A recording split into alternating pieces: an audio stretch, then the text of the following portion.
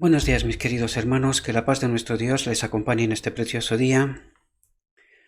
Le ruego a nuestro Dios que envíe su Espíritu, que impresione nuestra mente, que nos capacite para lograr entender este mensaje que hoy vamos a tratar, un mensaje sumamente importante, un mensaje que desgraciadamente la iglesia de la Odisea, el pueblo remanente, lo ha rechazado y que hasta ahora no lo ha entendido, un mensaje de suma importancia. Es un texto que nos acompaña desde hace tanto tiempo y que desgraciadamente no lo hemos entendido. No digo esto por vanidad, sino porque vosotros mismos hoy vais a entender, espero que vais a entender este mensaje como debe ser. La reflexión de hoy está titulada Nuestro sumo sacerdote en el lugar santísimo. Y vamos a tratar de entender qué es lo que nos quiere transmitir este mensaje. Es un mensaje denso, requiere de toda nuestra atención, por eso le pido a nuestro Dios que a través de su Espíritu nos ayude a estar atentos, porque no es un mensaje fácil, sin embargo, es entendible. Bien, vamos al texto. El asunto del santuario fue la llave que reveló el misterio del chasco de 1844. Exhibió todo un sistema de verdades, relacionado y armonioso, que mostraba que la mano de Dios había dirigido el gran movimiento adventista, y al poner de manifiesto la situación y la obra de su pueblo, le indicaba cuál era su deber de allí en adelante. Estamos hablando de 1844, el deber de este pueblo fue redescubrir, sacar del polvo de la historia esos principios de las escrituras que la Edad Media, ¿verdad?, los había cubierto con polvo, ¿verdad? Se habían perdido. Por lo tanto, esta fue la obra, ¿verdad? Le indicaba cuál era su deber de allí en adelante, redescubrir estos principios. Aquí vais a ver que empieza relatando la historia de nuestro pueblo hasta el final del tiempo. Y como os he dicho, es un mensaje que no lo hemos entendido y espero por la gracia de Dios que hoy logramos entenderlo. Por eso empieza desde el inicio, ¿verdad? Así como los discípulos de Jesús, después de la noche terrible de su angustia y chasco, se regocijaron viendo al Señor. Así se regocijaron los que habían mirado con fe su segunda venida. Habían esperado que aparecía en gloria para recompensar a sus siervos. Como sus esperanzas fuesen chasqueadas, perdieron de vista a Jesús, y como María al lado del sepulcro exclamaron: «Se han llevado a mi Señor y no sé dónde lo han puesto». Después, en el lugar santísimo, contemplaron otra vez a su compasivo sumo sacerdote, listo para aparecer como su rey y libertador. La luz del santuario, estemos atentos aquí, la luz del santuario iluminaba el pasado, el presente y el futuro. Por lo tanto, entendemos la importancia del santuario, ¿verdad? Las lecciones que de allí había que extraer. Supieron que Dios los había guiado por medio de su providencia infalible. Aunque como los primeros discípulos, ellos mismos no lograron entender el mensaje que daban, este había sido correcto en todo sentido. Es decir, no se habían engañado con Daniel 8:14, 2300 tardes y mañanas y el santuario será purificado, ¿verdad? Con el tiempo no se habían engañado. No habían entendido cuál era la obra, ¿verdad?, que ocurría en ese momento. Pero con el tiempo acertaron exactamente. Al proclamarlo, habían cumplido el propósito de Dios y su labor no había sido en vano en el Señor. Reengendrados a esperanza viva, se regocijaron con alegría inefable y gloriosa, ¿verdad? Tanto la profecía de Daniel 8:14 hasta 2300 tardes y mañanas, luego el santuario será purificado, como el mensaje del primer ángel, temed a Dios y dadle gloria, porque la hora de su juicio ha llegado, es decir, entraba en el lugar santísimo, señalaban al ministerio de Cristo en el lugar santísimo, al juicio investigador, y no a la venida de Cristo para la redención de su pueblo y la destrucción de los impíos. El error no había estado en el cómputo de los periodos proféticos, sino en el evento que debía verificarse al fin de los 2300 días. Debido a este error, los creyentes habían sufrido un chasco, que también está en Apocalipsis, ¿verdad? Sin embargo, profetizado quiero decir, sin embargo, se había cumplido todo lo predicho por la profecía y todo lo que alguna garantía bíblica permitía esperar. En el mismo momento en que estaban lamentando la defraudación de sus esperanzas, se había realizado el evento que estaba predicho por el mensaje y que debía cumplirse antes que el Señor pudiese aparecer para recompensar a sus siervos. Cristo había venido no a la tierra, como ellos lo esperaban, sino como estaba simbolizado en el tipo al lugar santísimo del templo de Dios en el cielo. El profeta Daniel lo representa como viniendo en ese tiempo al anciano de días. Estaba mirando en visiones de la noche y he aquí que sobre las nubes del cielo venía uno parecido a un hijo de hombre. Y vino no a la tierra, sino al anciano de días y lo trajeron delante de él. Si recordáis en la visión de los dos tronos, vemos como el Padre se levanta primero, pasa al lugar santísimo y después el Hijo se levanta y sigue al Padre en lugar santísimo. Eso es lo que trata de decirnos ese texto de Daniel 7:13, ¿verdad? Esta venida, y aquí tenemos que estar muy atentos. Esta venida está predicha también por el profeta Malaquías. Repentinamente vendrá a su templo el Señor a quien buscáis, es decir, el ángel del pacto, en quien os deleitéis. He aquí que vendrá, dice Jehová de los ejércitos. Malaquías 3:1. La venida del Señor a su templo fue repentina, inesperada para su pueblo. Este no lo esperaba allí. Ellos esperaban que viniese a la tierra en llama de fuego para dar retribución a los que no conocieron a Dios ni obedecen al Evangelio. Pero el pueblo, y estamos atentos aquí porque, como os he dicho, nuestra historia, la historia del pueblo adventista está condensada aquí al máximo, ¿verdad? Pero el pueblo no estaba aún preparado para ir al encuentro de su Señor. Todavía le quedaba una obra de preparación que cumplir. Debía serle comunicada una luz que dirigía su mente hacia el templo de Dios en el cielo. Y mientras siguiera por fe a su sumo sacerdote en el desempeño de su ministerio en ese lugar, atentos aquí, se le revelarían nuevos deberes, aparte de aquellos de redescubrir las doctrinas, ¿verdad? Aquí nos dice, se le revelarían nuevos deberes. Y fijaos lo que dice, había de darse a la iglesia otro mensaje de advertencia e instrucción. ¿Cuál era ese mensaje? El mensaje para el lugar santísimo, el mensaje de 1888. Yo lo puse aquí, son mis palabras con rojo, lo digo para que lo sepáis. Es un añadido mío para que se pueda entender en la explicación, ¿verdad? Es el mensaje de 1888 enviado por Dios a través de Jones y Waggoner, que fue rechazado en realidad por el pueblo.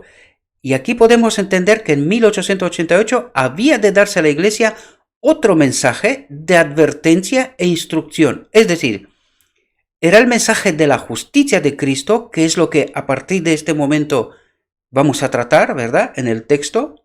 Por lo tanto, repito una vez más, el texto con rojo es mi texto para poder explicar lo que quiero decir, ¿vale? No es un añadido al texto original, pero en el texto original vais a encontrar el texto que estamos tratando sin modificaciones, ¿vale? Lo que es con rojo es añadido por mí para explicar. Lo digo Lo he dicho 3 veces ya para que nadie se confunda, ¿sí?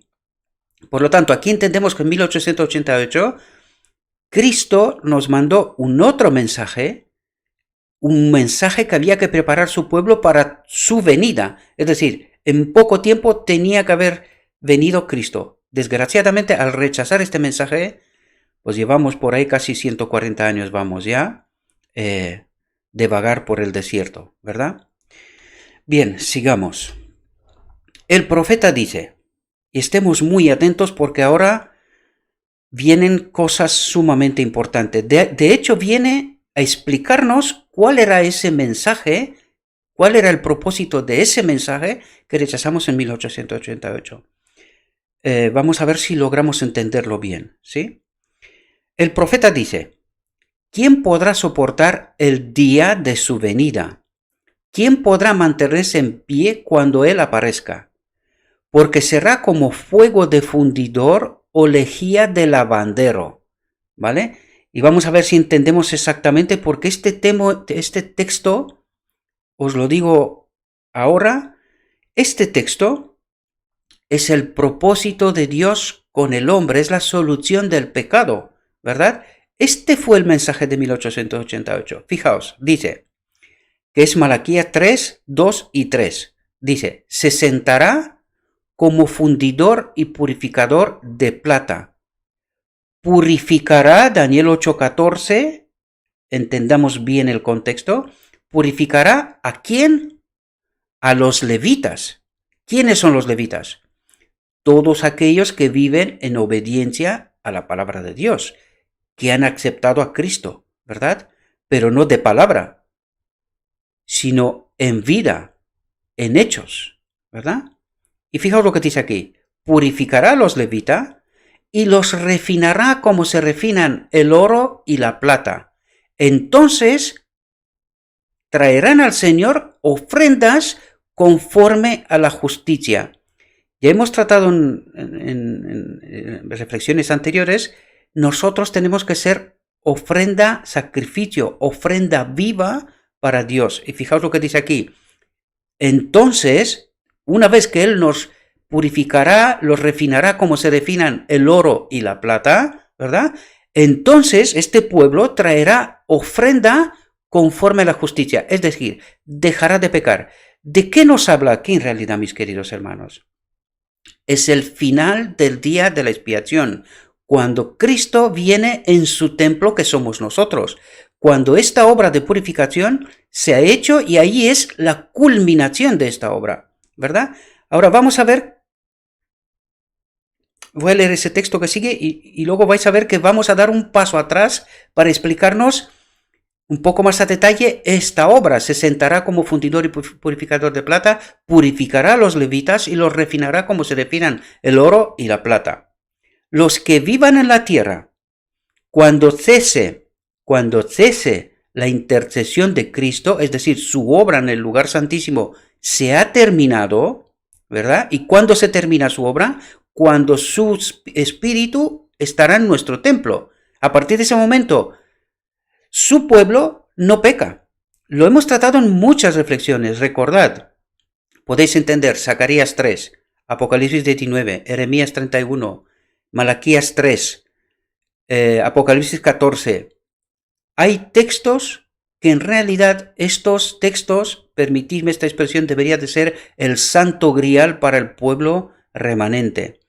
Porque en estos textos está explicado, nos ayuda a entender el mensaje que tiene que tener el pueblo remanente, el pueblo final, el mensaje que se tiene que dar al mundo, que no es otro que este que estamos tratando ahora, ¿verdad? Nos explica la obra que hace en nosotros, pero también nos explica la obra, el mensaje que hemos de dar al mundo, la justicia de Cristo.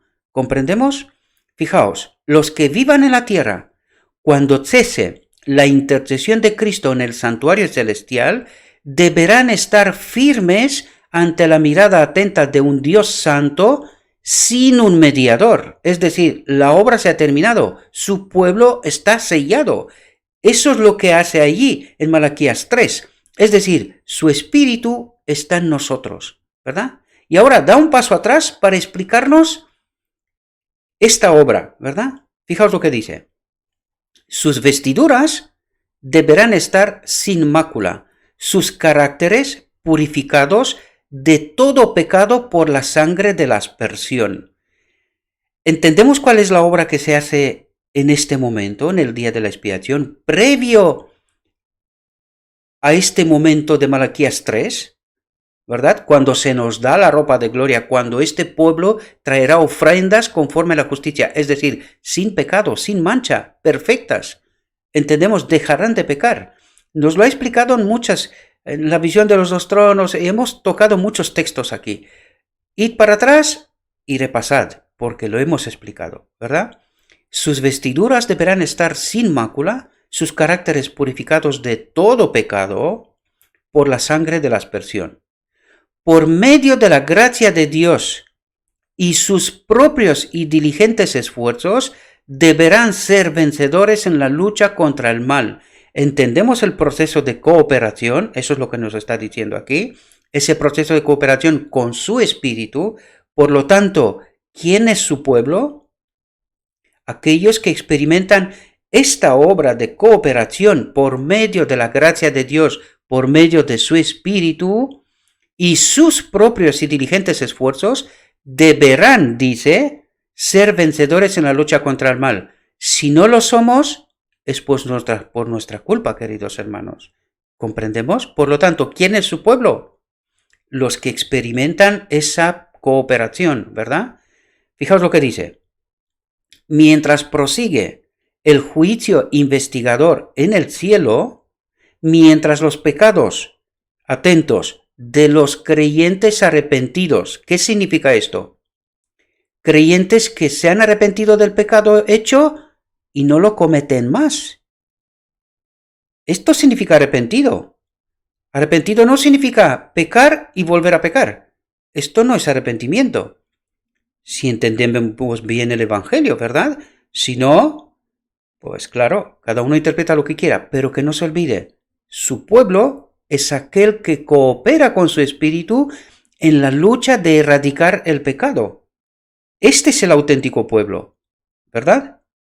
Mientras prosigue el juicio investigador en el cielo, mientras los pecados de los creyentes arrepentidos son quitados del santuario, debe haber, atentos, una obra especial de purificación, de eliminación del pecado entre el pueblo de Dios en la tierra.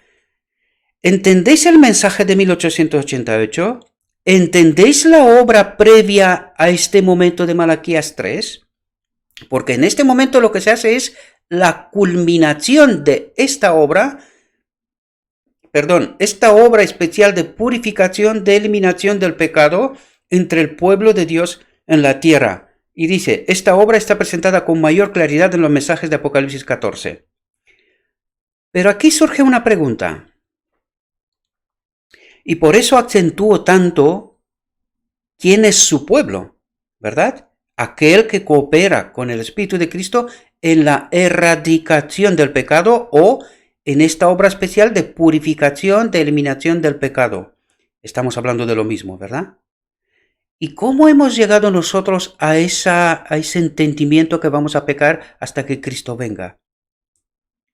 Por lo tanto, ¿os dais cuenta lo que Satanás ha hecho desviándonos del auténtico propósito? ¿Entendéis que durante más de 130 años hemos predicado un falso mensaje? ¿Cuál es el auténtico mensaje para este pueblo, pero también para el mundo?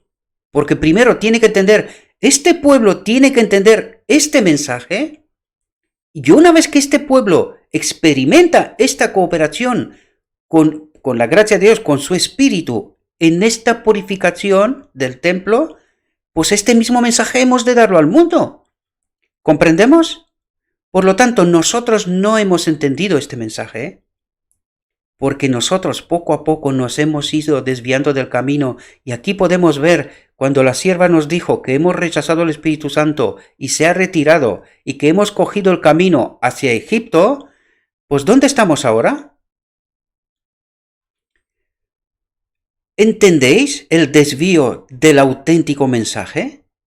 Este es el mensaje que tiene que preparar este pueblo remanente para este momento de Malaquías 3, o Zacarías 3, o Apocalipsis 19. Estamos hablando del mismo evento, queridos hermanos.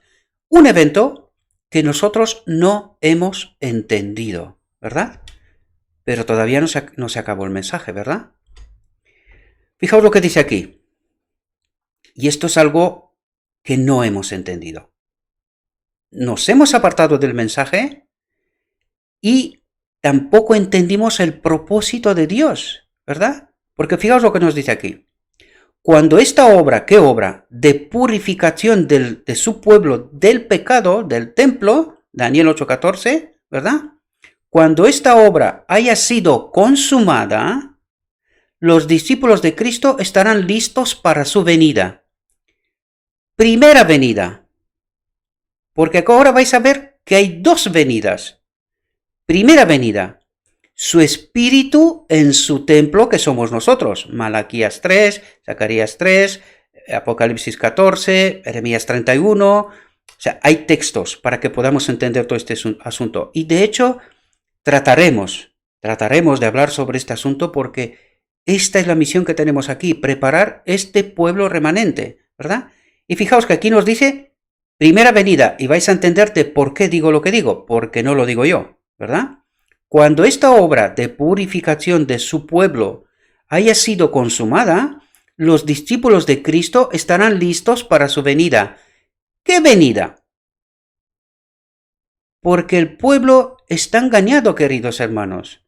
No entiende el proceso, no entiende la voluntad de Dios, no conoce el Evangelio. Y por eso lo digo, y hay gente que está enfadada, y me alegra que estés enfadado, porque este cabreo a lo mejor te lleva a la luz, al entendimiento. Me encanta. El vídeo anterior he visto, ha enfadado bastante gente. Me encanta. Porque sales de tu espacio cómodo, ¿verdad? Sales de lo que tú crees que sabes, pero que estás equivocado, querido hermano. Y ese texto nos tendría que dar una vergüenza tremenda, porque no lo hemos entendido y está aquí. El texto está y todos los demás que venimos tratándolo. Fijaos lo que aquí hay un otro texto añadido para que podamos entender de qué venida está hablando. Luego nos lo explica el texto, ¿verdad? Pero fijaos lo que dice. Primera venida para completar la expiación, ¿vale? Porque la obra de expiación no es un momento, sino toda la obra de Cristo, ¿verdad? Desde que Adán pecó, Cristo abandonó el cielo y hasta el final del tiempo cuando se cumple exactamente esta obra, cuando las dos naturalezas están juntadas de nuevo, la naturaleza que Adán perdió en Edén. Este es el propósito de Dios. Fijaos, primera venida para completar la expiación. La liberación del pecado de su pueblo, Daniel 8:14, ¿verdad? Purificación, lo que acabamos de leer. Para unir las dos naturalezas. ¿Cuál naturaleza? La humana que tenemos ahora y la divina que es su espíritu en nosotros. Por lo tanto, la transformación que ocurrirá al final del tiempo, porque escuché hace poco a un maestro de Israel, pero no entiende esa transformación. Esa transformación es que su espíritu vendrá en nosotros y nuestra naturaleza será cambiada. ¿Cómo?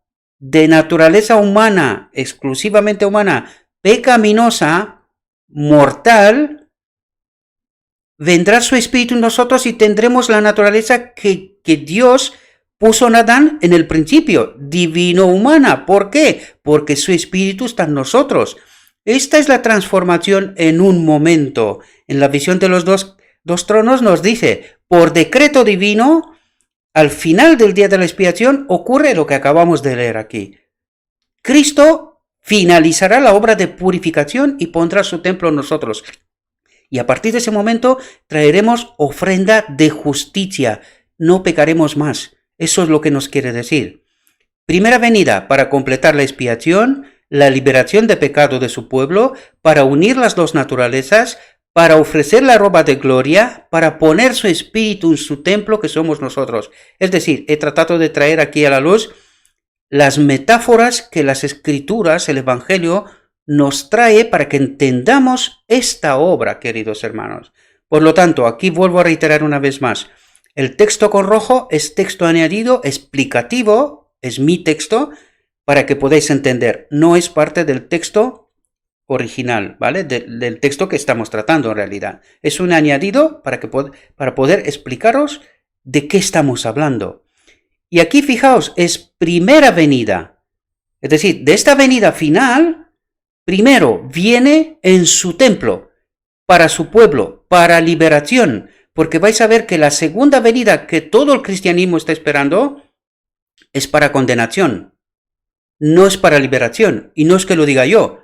Está escrito, queridos hermanos. Fijaos, dice, cuando esta obra haya sido consumada, los discípulos de Cristo están listos para su venida, primera venida. Luego veréis por qué lo digo primera venida. Y dice, entonces la ofrenda de Judá y de Jerusalén será grata a Jehová como los días de la antigüedad y como los años de remotos tiempos. ¿De qué está hablando? Está hablando de Adán en Edén, queridos hermanos. ¿Entendemos? De eso está hablando. Es entonces cuando Adán, antes de pecar, traía una ofrenda grata a Dios. ¿Verdad? Fijaos lo que dice. Entonces, la iglesia que nuestro Señor recibirá, todavía nos dice a futuro, y aquí dice, estás listo para su venida, recibirá, dice, entonces la iglesia que nuestro Señor recibirá para sí a su regreso, otro regreso, será una iglesia gloriosa, no teniendo mancha, ni arruga, ni otra cosa semejante. Por lo tanto, la primera venida de Cristo, de la que está hablando aquí, es una venida silenciosa, exclusivamente para su pueblo. Solamente su pueblo experimentará eso, ¿verdad? Porque la segunda venida, vamos a verlo ahora, es para condenación, es para los impíos. Para llevarse a su pueblo, está claro que está sellado ya. Este es el sellamiento, por cierto, de lo que estamos hablando también es el sellamiento. Él vendrá en la segunda, la visible para todo el planeta, vendrá para llevarse a su pueblo, que está sellado ya, pero esta segunda venida es para condenación, para los habitantes de la tierra. Todos aquellos que están esperando a ver al rey, en realidad, los que no son parte de su pueblo, los que no son sellados, los que no han experimentado esta obra de cooperación y el sellamiento, la primera venida de Cristo en su templo, todos los demás serán para condenación, ¿vale? Vamos a leerlo porque es mejor que nos lo diga el texto, pero yo me anticipo porque es necesario, ¿verdad? Entonces, la iglesia que nuestro Señor recibirá para sí a su regreso, será una iglesia gloriosa, no teniendo mancha, ni arruga, ni otra cosa semejante, porque están sellados, porque su espíritu está en su templo, está en nosotros. No pecaremos más. En ese momento nosotros traeremos ofrenda de justicia. ¿Entendemos? Entonces ella aparecerá como el alba, hermosa como la luna, esclarecida como el sol, imponente como ejércitos en orden. Y nos ponen textos, Malaquías 3, Efesios 5:27, Cantares 6:10. ¿Entendemos? Nos pone textos para que entendamos de lo que nos está hablando, que es esa ropa de gloria que tenía Adán en Edén antes de pecar, resultado de esta naturaleza divina, de su espíritu, del Espíritu de Dios en él. ¿Entendemos? Y fijaos aquí, porque ahora el texto nos está diciendo primera y segunda venida del final del tiempo. Fijaos, dice, además de la venida del Señor a su templo, ¿quién es el templo? Nosotros. Malaquías también predice su segundo advenimiento. Ahora entendéis por qué digo yo prima venida silenciosa solo para su pueblo, segunda venida. Y vamos a ver qué es la segunda venida. Vamos a ver, fijaos lo que dice. Además de la venida del Señor a su templo, Malaquías también predice su segundo advenimiento, su venida para la ejecución del juicio. Por lo tanto, la segunda venida, ¿para qué es? Para ejecución del juicio, porque su pueblo ya está liberado. Solamente falta que se lo lleve, pero está liberado, su espíritu está en ellos, ¿verdad? Su segunda venida es para ejecución del juicio. En estas palabras, atentos. Estas palabras están del texto, aunque están con rojo, pero son palabras de condenación, para que lo entendamos. Este texto no es añadido por mí, sino es parte del texto original, ¿vale? Aunque estén con rojo. yo me acercaré a vosotros para el juicio, y seré un testigo expeditivo contra los hechiceros y contra los adúlteros, contra los que juran con mentira, contra los que oprimen al jornalero, a la viuda y al huérfano, contra los que hacen agravio al forastero, sin ningún temor de mí, dice Yahvé Sebaot. Judas se refiere a la misma escena cuando dice: mirad, el Señor ha venido con sus santas miriadas para realizar el juicio contra todos y dejar convictos a todos los impíos de todas las obras de impiedad que realizaron y de todas las palabras duras que hablaron contra él los pecadores impíos. Por lo tanto, ¿para qué es la segunda venida? ¿La visible? Es para condenación, queridos hermanos. ¿Entendéis? Porque su pueblo ya está liberado. Recordad, en este momento su pueblo está trayendo ofrenda de justicia, es decir, proclamará este mismo mensaje, ¿verdad? Al mundo, es antes de la segunda venida. Recordad que hay un tiempo de gracia para el mundo, en donde el pueblo de Dios dará este mensaje del que os estoy hablando, ¿verdad? Que es este mismo mensaje, para que en el último momento todo aquel que quiera pueda escoger, ¿verdad? Es la última, ya no habrá más, ¿verdad? Y después viene Cristo para condenación. Y fijaos lo que nos dice aquí, para que podamos entender por qué estamos hablando primera venida, segunda venida, pero no estoy hablando de primera venida en la vida terrenal, no estamos hablando de esto. Está hablando de primera venida para su pueblo, para sellar a su pueblo, ¿verdad? Como punto de culminación de esta obra de purificación, ¿verdad? Y de poner a su templo, de reunir a las dos naturalezas, poner a su espíritu en nuestro templo. Esta es la primera venida. La segunda es para condenación, y fijaos que nos dice el texto: esta venida y la del Señor a su templo son eventos distintos que han de realizarse por separado. Ya os he dicho que no es un texto fácil, es un texto complejo, pero he tratado de explicaroslo, mis queridos hermanos. Y ahora os pregunto, ¿dónde cabe este mensaje de que vamos a pecar hasta que Cristo venga? Queridos hermanos, todos aquellos que no cambian, que no aceptan este mensaje, el auténtico mensaje que nos fue mandado en 1888, pero que lo rechazamos, ahora por la gracia de Dios nos ha traído de vuelta este mensaje, este entendimiento, porque se está preparando un pueblo remanente del pueblo remanente. Lo que estoy diciendo está escrito. Si no lo entendemos es porque en realidad todos aquellos que se llaman maestros de Israel, pero que desconocen el Evangelio.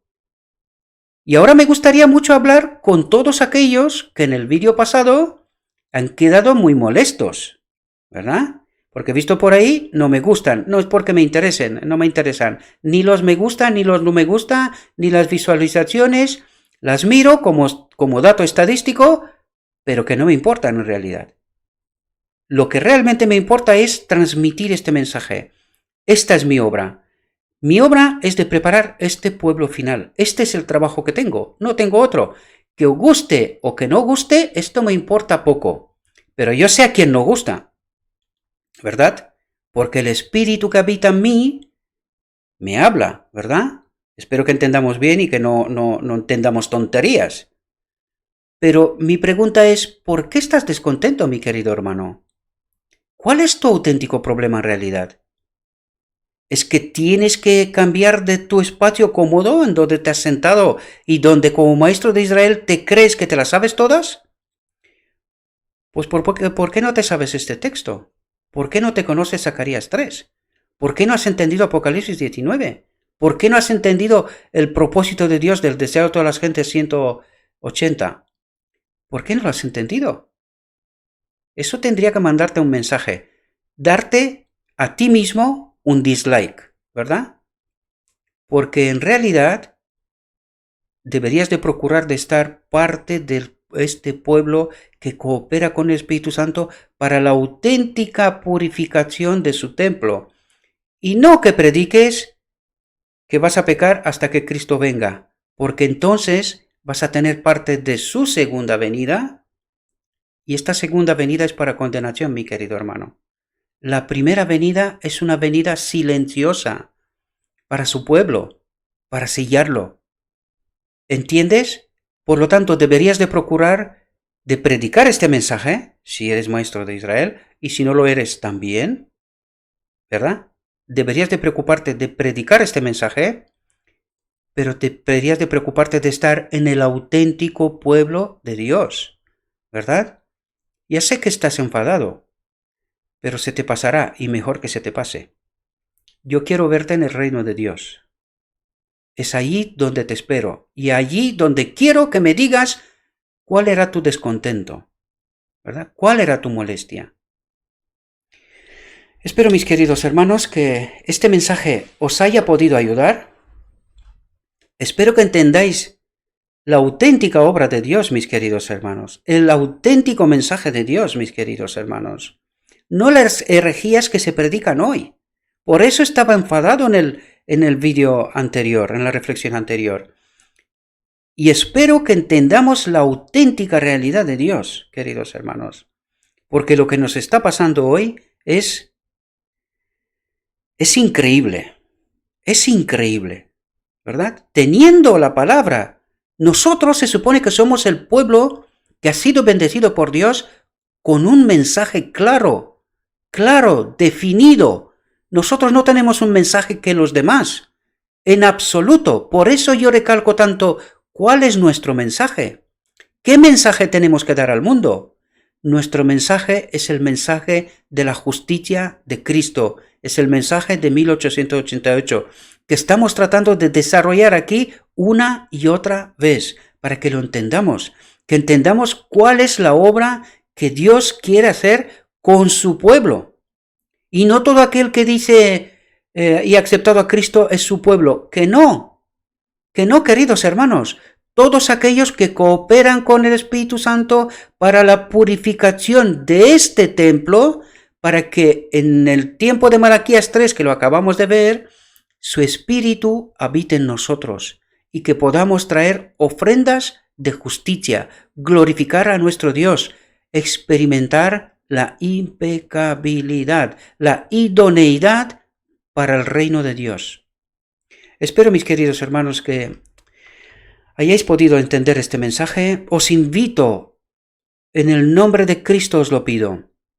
Este mensaje es un mensaje importantísimo. Estudiadlo, reflexionad sobre él, entendedlo, pero sobre todo, mis queridos hermanos, vividlo, predicadlo. Os deseo que tengáis un próspero día y que todo lo que os he dicho, mis queridos hermanos, lo he dicho en nombre de Cristo Jesús. Amén.